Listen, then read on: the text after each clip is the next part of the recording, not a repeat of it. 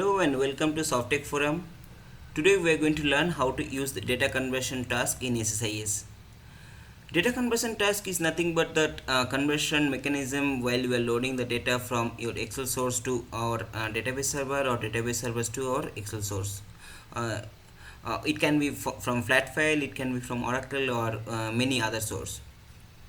So let us see how we can use that data conversion transformation in SSIS.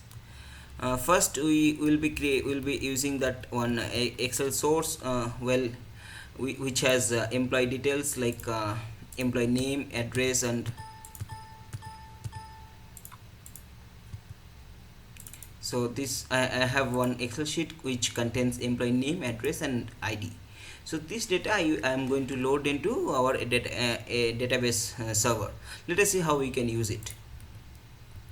I'll be taking one. I'll be creating one database table with the same definition like ID, name, and address.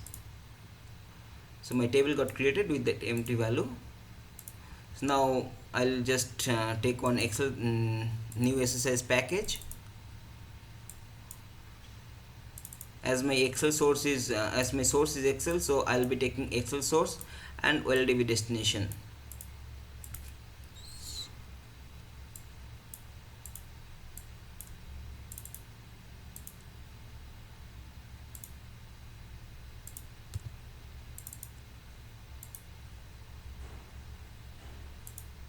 So my source is configured. Now I have to select the database. Here instead of searching from the table, you can use that this select command, which will also help to, and which no need to select from that table list and all drop down. So here I am to map it because the name is not matching with the source.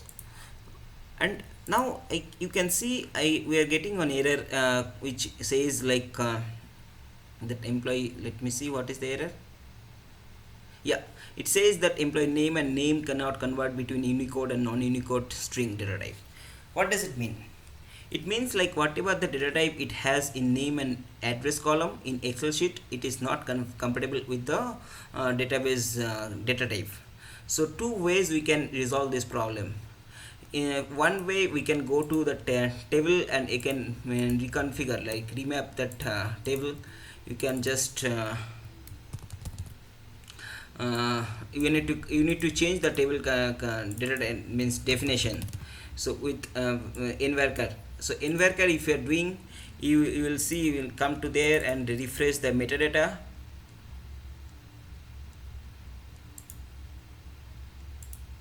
Now you will see, you will not get that error.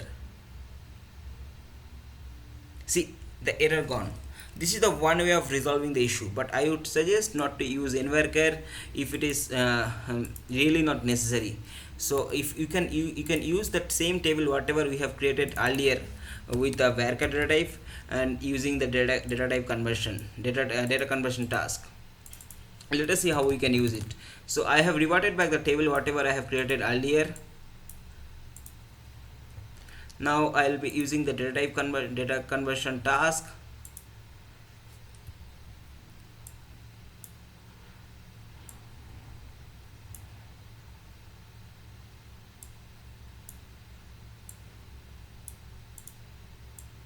So I have to write like employee name and employee address with the varchar derive. So I'll just select it, and here you can use wstr instead of dtstr instead of wstr. So and these two, as I am using the doing the data conversion, so two new columns will be generated. As a source, I need to select these two new columns as a copy of this column name, and then like I'll see that I'll not be able to get the data, means error. So now my package is ready. Let me try to run this package and let's see how it goes.